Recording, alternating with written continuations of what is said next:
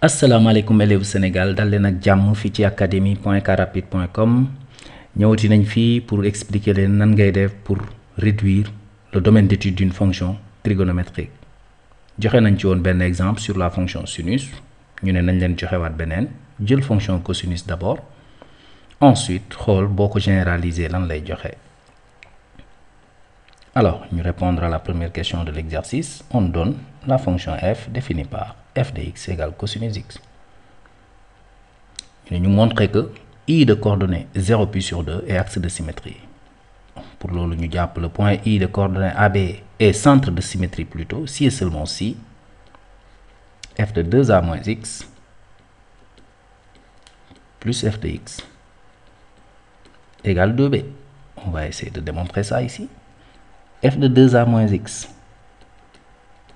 égale f de a, ça fait pi sur 2, donc 2a, ça va faire pi, moins x, donc c'est égal à cosinus 2, pi moins x, or cos pi moins x, ça fait moins cosinus x.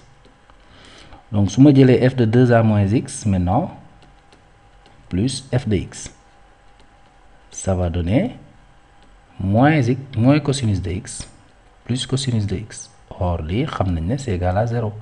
Mais comme p égale 0, ici, c'est égal à 2 fois 0. 0 tout court égale 2 fois 0. Or, 2 fois 0, c'est 2b. Conclusion, donc, i de coordonnées pi sur 2, 0, est centre de symétrie pour CF. Maintenant, cela entraîne quoi? Cela entraîne qu'on peut étudier f sur un intervalle centré en pi sur 2 tout à l'heure. Mais pour cela, on va faire périodicité préparée.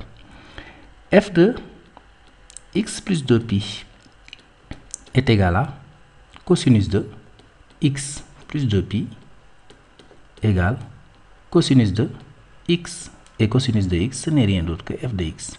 Donc, f de pi périodique.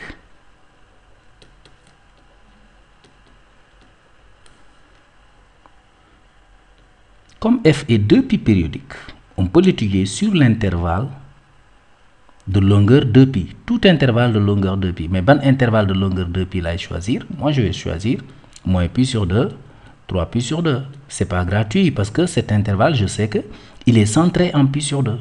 Et comme montrant que la droite, le point i de coordonnées pi sur 2, 0 est centre de symétrie, donc je vais un intervalle centré en pi sur 2.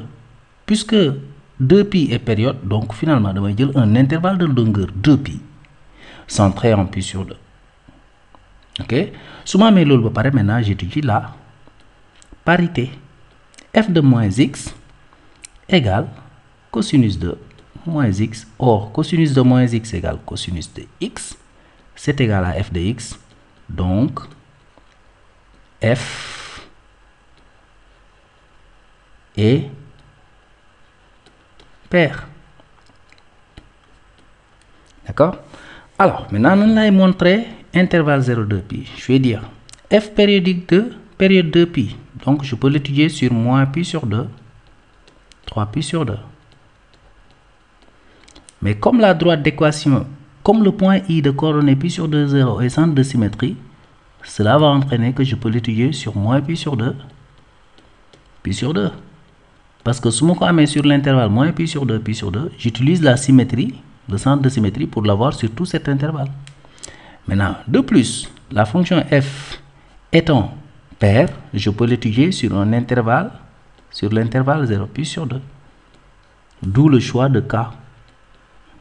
D'où k égale 0 pi sur 2. Alors, je vais vous mettre ici, qu'est-ce qui me permet de passer de là à là? Centre de symétrie. Ici, qu'est-ce qui me permet de passer de là à là? Parité. Maintenant, une fois mon courbe sur 0 pi sur 2, j'utilise la parité. Donc, si f est paire, l'axe des ordonnées est axe de symétrie, donc la parité va me ramener dans cet intervalle. Maintenant, intervalle B, c'est centré en pi sur 2. L'axe de symétrie, le centre de symétrie I va me ramener dans cet intervalle. Une fois que j'ai un intervalle B qui est de longueur 2pi, après je fais les translations successives de 2pi i, où i est le vecteur de l'axe des abscisses, pour obtenir la courbe de f sur tout l'intervalle, sur tout le domaine de définition R. Nous allons maintenant sur un deuxième exemple, f de x, g de x égale cos carré 4x sinus à la puissance 4 2x. On veut justifier qu'on peut étudier g sur l'intervalle 0 puis sur 4. Ici, énoncé bi waxuma ay waxu centre de symétrie, axe de symétrie. Il faut ngeen xam ne centre de symétrie ak axe de symétrie, c'est pas évident nga gis ko directement. Donc su la ko énoncé bi joxul jarul nga si perdre sa temps. Maintenant, il y a quelque chose qu'on peut toujours voir, mooy périodicité ak parité. Ici, fonction trigonométrique là, je peux étudier la périodicité. Fii nag la ñuy xoole gars yi ndax jàng ngeen wala xool ngeen bu baax vidéo yi passé ci car rapide wax nañ leen joxoon nañ leen nan la ñuy déterminer fonction trigonométrique boo ko amee nan ngay déterminer période am. Alors fii dañuy ñëw on sait que cos carré 4x c'est quelque chose de la forme cosinus à la puissance n de mx où m est pair. Loolu jàng nañ ne période bu may jël période damay jël pi sur m. Fii su ma ko appliquer, donc je dois prendre la période pi sur 4 parce que la puissance est paire. Même chose su ma jëlee sinus à la puissance 4 2x, la puissance est paire. Su may jël période damay jël pi sur 2. Su ngeen fàtte lii ngeen xoolaat vidéo yi njëkk a def sur la période des fonctions trigonométriques sur académie.carrapide.com. Maintenant jàng nañ ne aussi su ma amee produit bi ou somme, après je prends les multiples de ces périodes là et je prends le plus petit multiple. Ici su may jël ces multiples, pi sur 4 fois 2 ça me donne pi sur 2,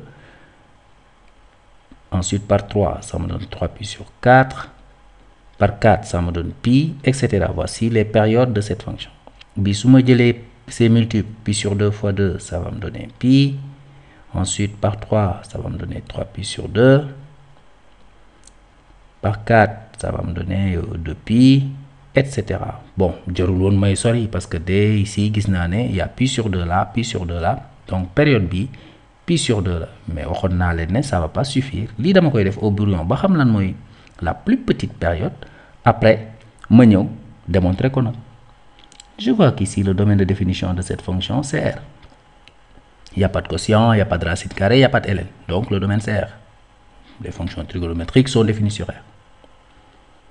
Quel que soit x appartenant à R, on sait que x plus pi sur 2 appartient à R.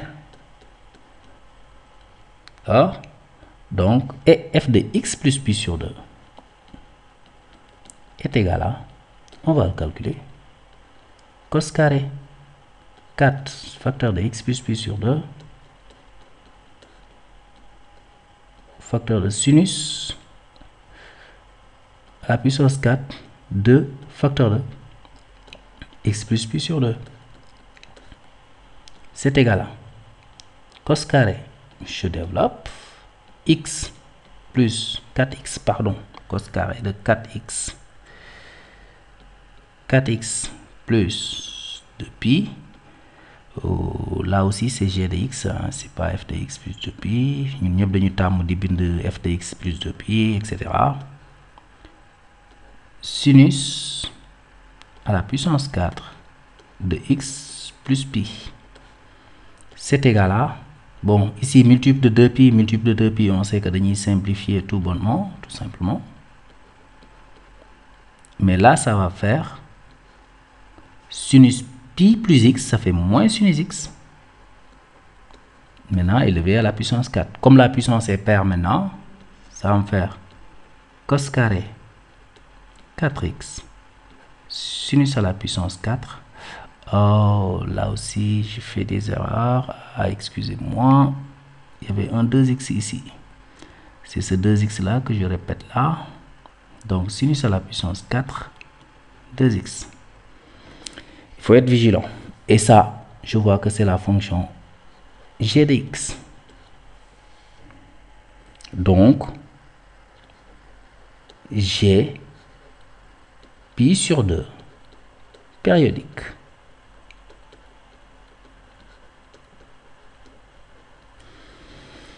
Alors, comme g est pi sur 2 périodique, ban intervalle laay choisir. Donc ici su ma xoolee gis naa ne fonction bi dafa pair, donc damay choisir un intervalle centré en 0. Donc on peut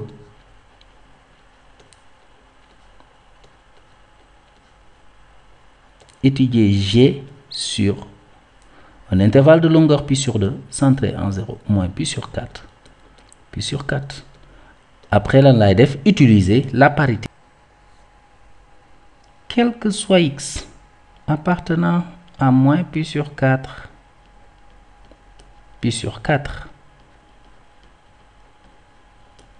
moins x appartient à moins pi sur 4, pi sur 4, et f de g de moins x, pardon, égale cosinus carré de 4 facteur de moins x, sinus à la puissance 4 de 2 facteur de moins x. Je peux développer, ça va me donner cosinus carré de moins 4x, sinus à la puissance 4 de moins 2x, c'est égal à cos carré moins 4x, cosinus de moins 4x, je sais que c'est cosinus de 4x. Mais ici, le moins sort, certes. Mais comme la puissance est paire, le moins va disparaître.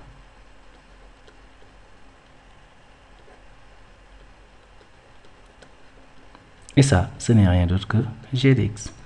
Donc, g est paire. La fonction g est paire. Par conséquent, on peut étudier g